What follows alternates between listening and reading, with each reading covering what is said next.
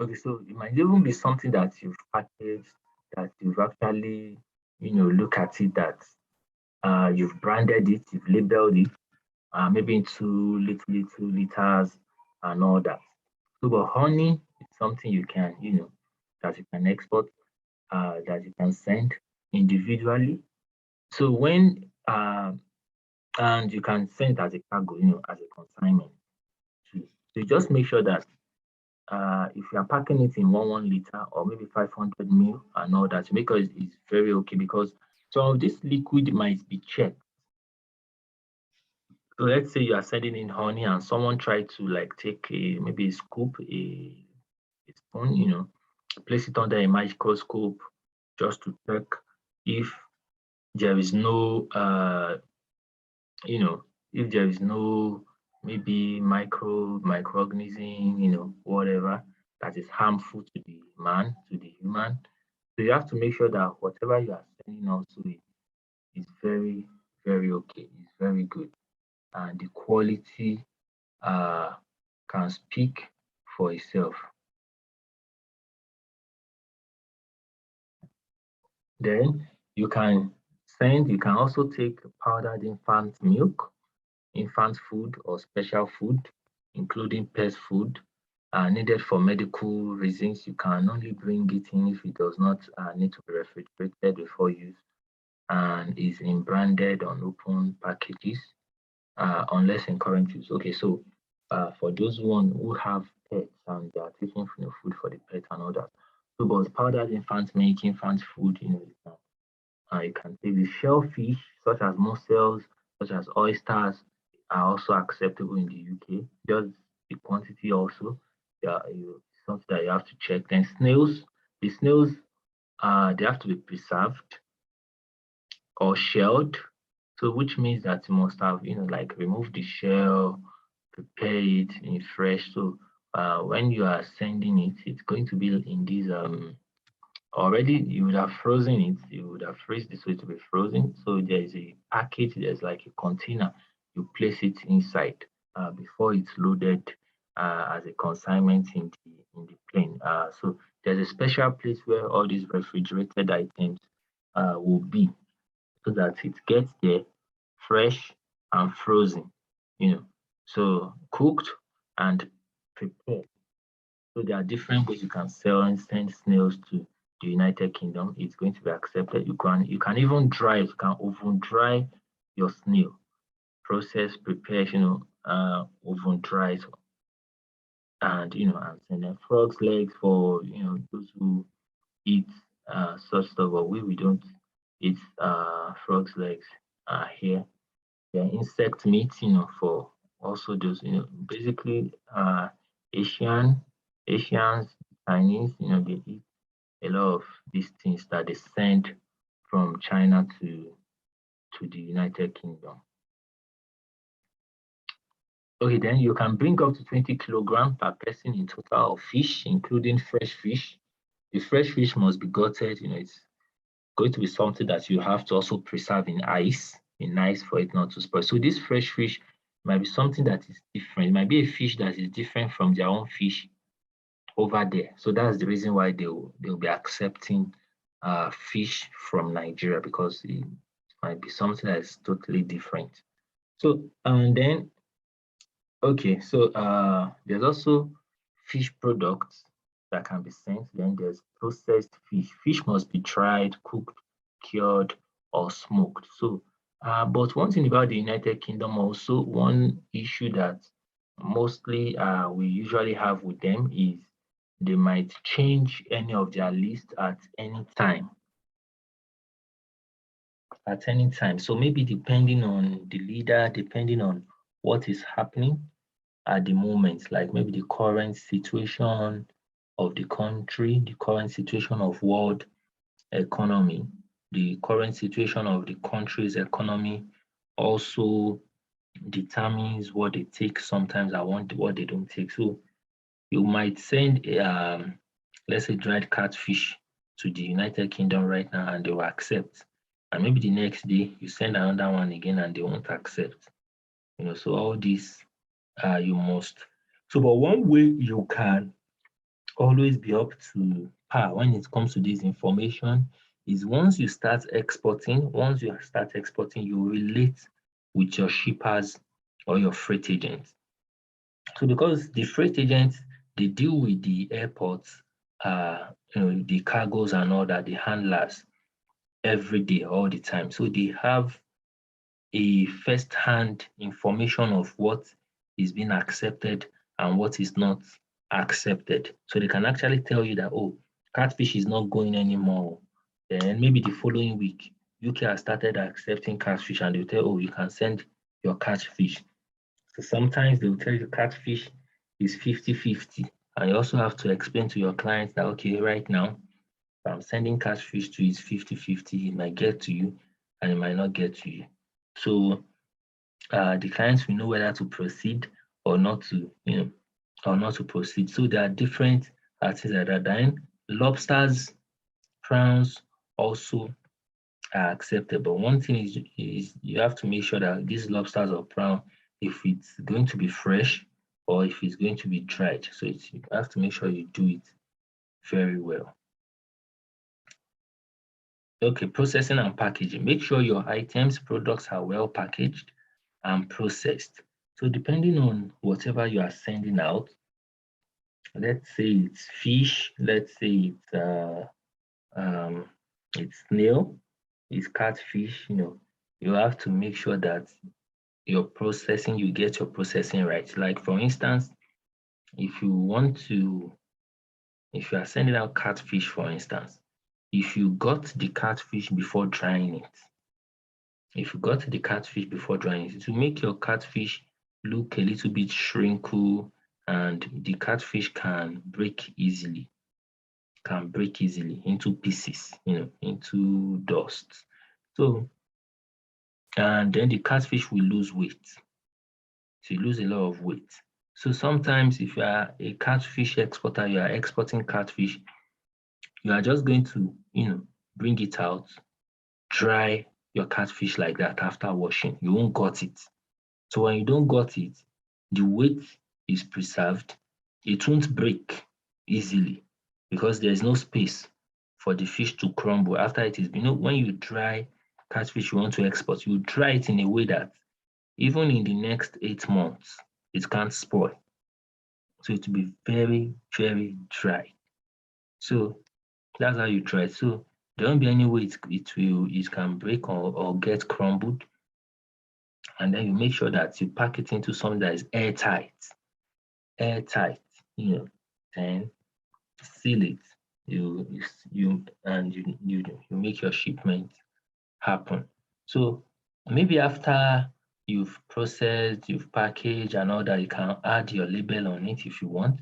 And if you also want, you might not put any label on it. And if you have different products that you've processed, you place everything inside a carton, you seal off your carton and all that. Your carton could be a branded carton, and you might leave your carton just like that, not branded. So all this is dependent on you, on how far you want to take your business and what you can deliver. So seal your items in your nylon or carton. Make sure they are well sealed so that air is not just coming into it. It has to be airtight. Make sure to write details of the buyer on the package upon final packaging. So because whatever package you are actually sending out, when it gets to the port, by the time the shippers bring all the other items going to that same destination, they'll pack everything together as a large, huge consignment. So before they drop your package inside, they will still put it inside another carton, seal it. So make sure you write your buyer detail fully so that the item doesn't miss, so that your buyer is not calling you to say, okay, the item you sent, I couldn't get it, and all that. So you make sure you do all that. Then you take your pictures, you take videos that you can use for marketing, that you can also send to the buyer to make sure that he or she is following up with you and knows that you've sent the item. So this you can do at the ports, and this you can also do at the shipper's office. So Either you are the one that take the item to the port yourself, or maybe you take it to your freight agent's office. So just make sure that whichever way you make sure that that details is written on it. Then logistics, reduce reduce cost for your clients by making sure you use a good logistics person or company who will clear goods at the port, or your company might do that himself or herself. So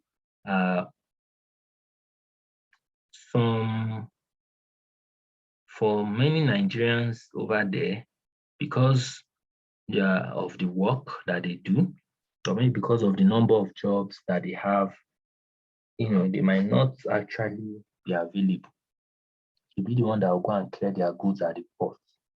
So sometimes you might have to arrange a freight agent or maybe an agent who will do everything, then take the goods to his own house, put the goods in his own cars, and start distributing it, start going to their houses to give them and all that. So your clients will have to pay those kind of agents separately. So those ones, they can charge as high as £7 per kilogram, £10 per kilogram.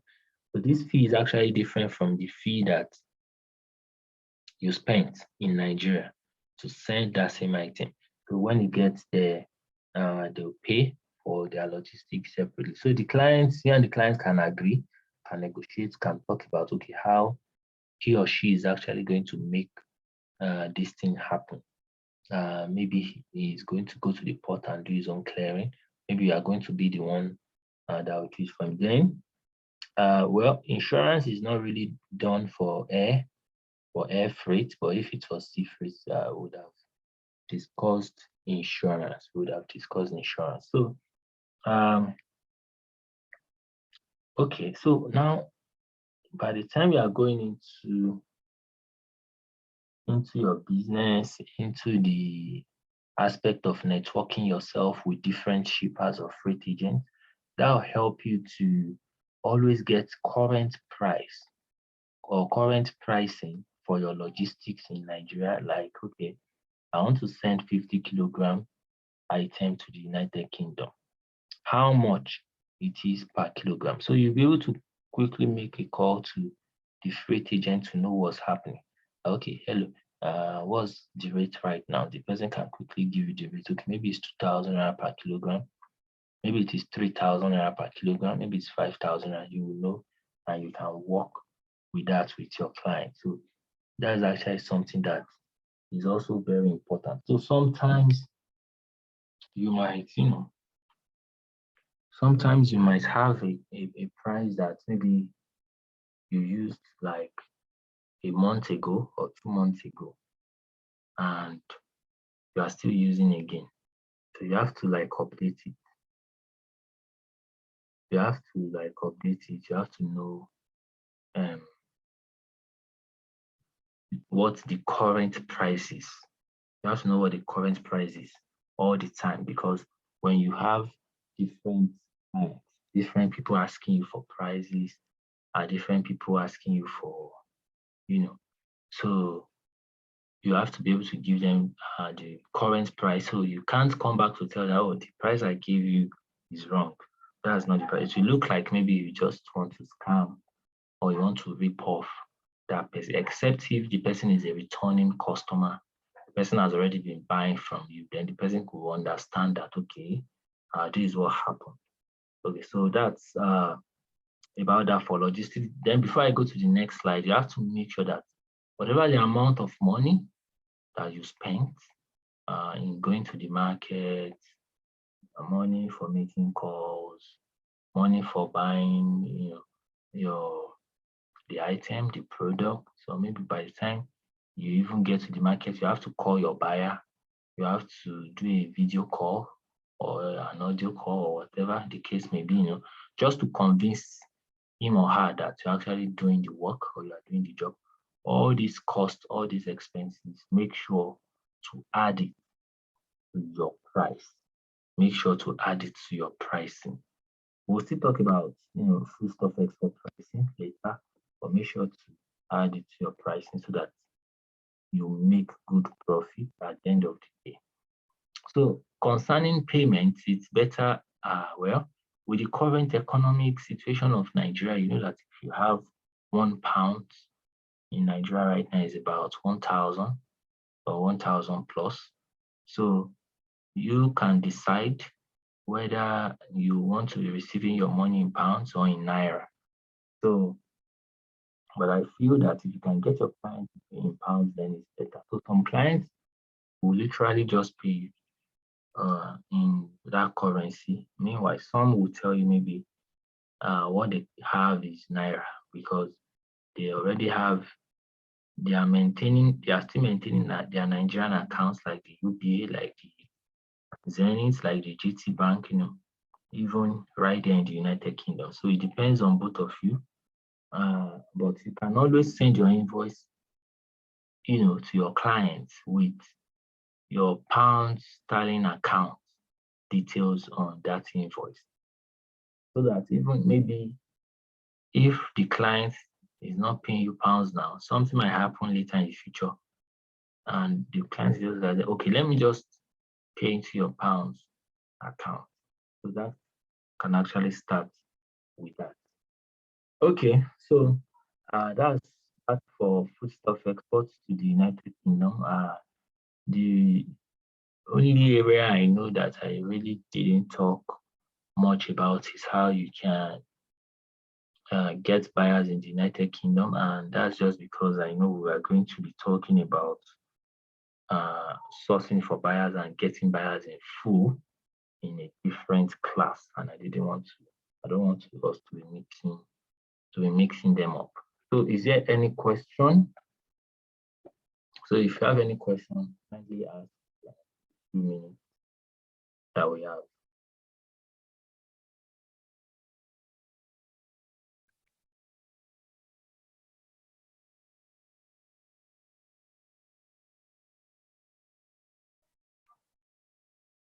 Yes. Questions?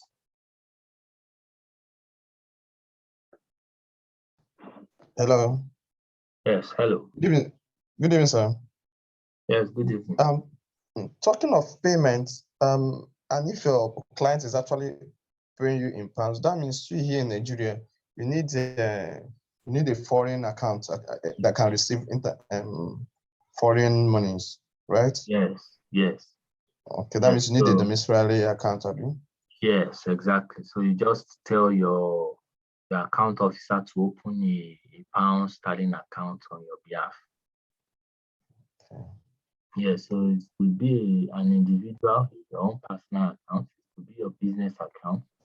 So like once you start, it's just good that you have these accounts on ground, you have them open. So you can just have dollar account open and pounds account open. So even if you are not using them now, you just keep it so that should in case it happens that maybe you came across the client anytime and the client is asking you for your pounds account details. It won't be that maybe you are now telling the client that, okay, I'll send it tomorrow, I'll send it next week. You can send it to the client immediately. So those are just like some of the things you have to quickly start putting together. So because you actually don't know the kind of clients that you meet. So some clients won't want to pay you naira. Meanwhile, some clients won't mind paying you naira, you know. So that's how it works. It's also advisable to use someone's account if you don't have a domiciliary account and such things and actually serve tomorrow. It's also advisable to use someone's domiciliary account. Yes, you can use someone at a domiciliary account if you know it's someone you trust. Okay. If you know it's someone that, okay, if the customer or the client pays into their account, you are going to get the money, go to the market, do whatever you want to do. So it's not like the person has paid, but now something is wrong with the account, but now the person that owns the account is the one delaying you from getting the money and using it for whatever you want to do or that you are supposed to do. So those are just, and so in as much as you know that it's very sure, maybe the person is your wife, you know, your wife's account, fine, you know, that kind of thing. So it's okay. What about PayPal and Western Union and other means of payment transaction? They as well accept it? Well, it depends. It depends. I can't say they don't accept, but it depends on you and the buyer. So if you ask a buyer now that can you pay me in so currency, can you pay me? If the buyer says no, there's nothing you can do. You have to accept the way the buyer can pay you. So if you are Okay. presenting PayPal to the buyer and the buyer accepts it, then it's fine. Okay. Yes. Thank you, sir. You're welcome. So any other question? Yeah, I have a question, sir. Okay. My question is, how do we convince a customer, or how do we build customer trust in us as a new person, as that newly coming into this business? You know, after advertising our business on different digital platforms, how do we learn this first customer trust? Because I believe it's a major problem. You know, most of the time, these customers they are not seeing us. We are only conversing via online platforms. What are the strategies that we can put in place to actually gain the customer Okay. trust for us Okay. to actually Well, thank business? God that what we have now is a digital universe. So one thing I know that you use in gaining customer trust or client trust is by putting your face, the face behind the brand on your profile pages. You know, just like I said in the class yesterday, that everyone should create a profile on their Instagram account or create a new Instagram account that shows and tells people that you export foodstuffs, You know, also make sure that when you are posting content on that kind of page or profile, make sure that at times you put your face there. Let people know who you are. Let people see you. You know, let them communicate with you. Let them know that, oh, this is the woman that owns this business. I can trust her. I can talk to her and all that. So another thing is when a client also, you know,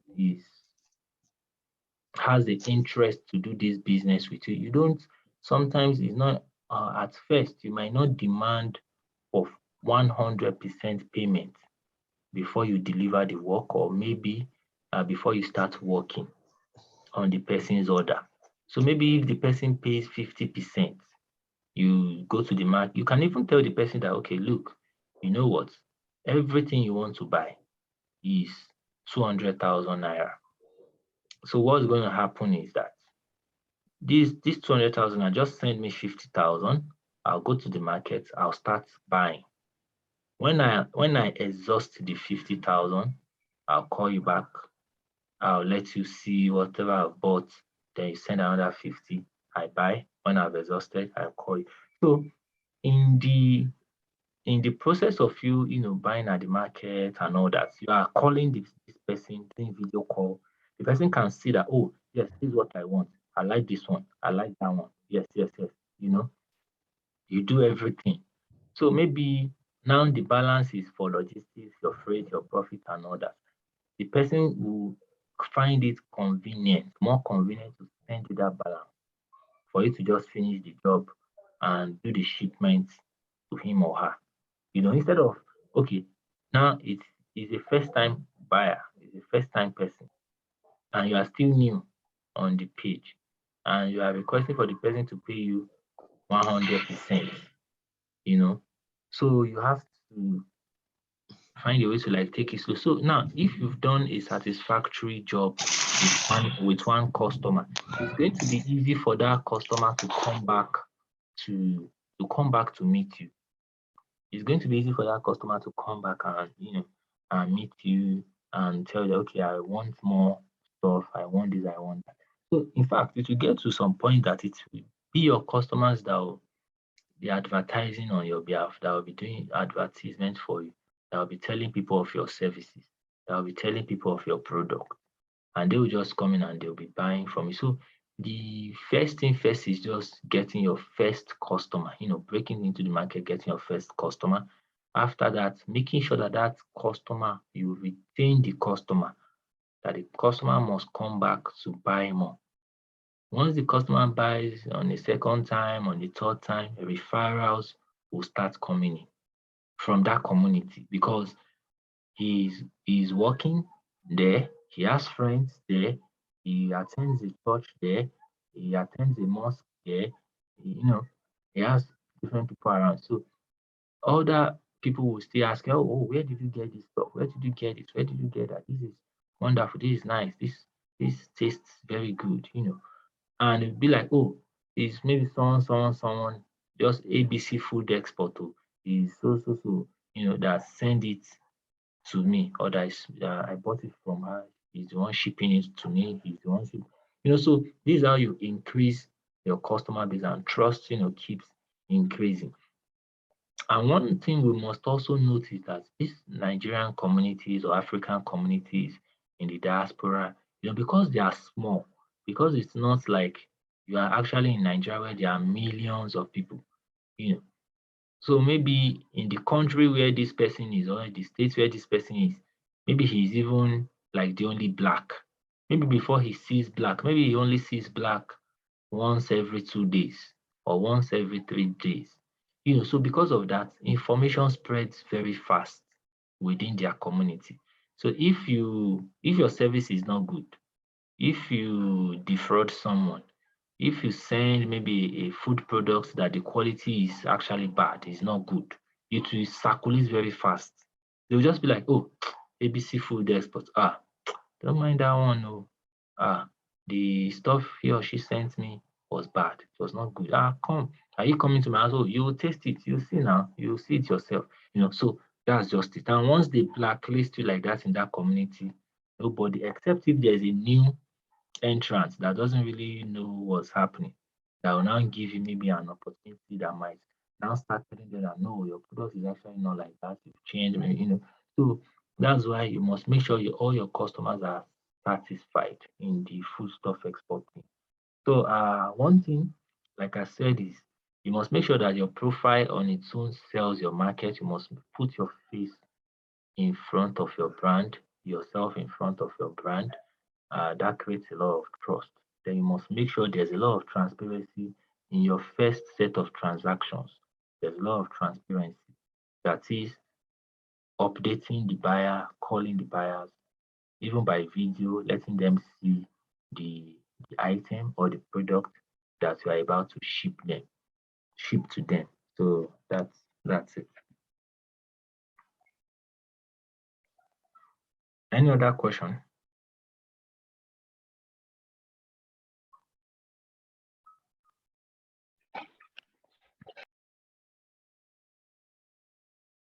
Maybe I'll text some questions. I'm trying to get them together. I'll text it on the group. Okay, all right. Okay. Mr. Taiwo Excel, do you have any question before we end the class?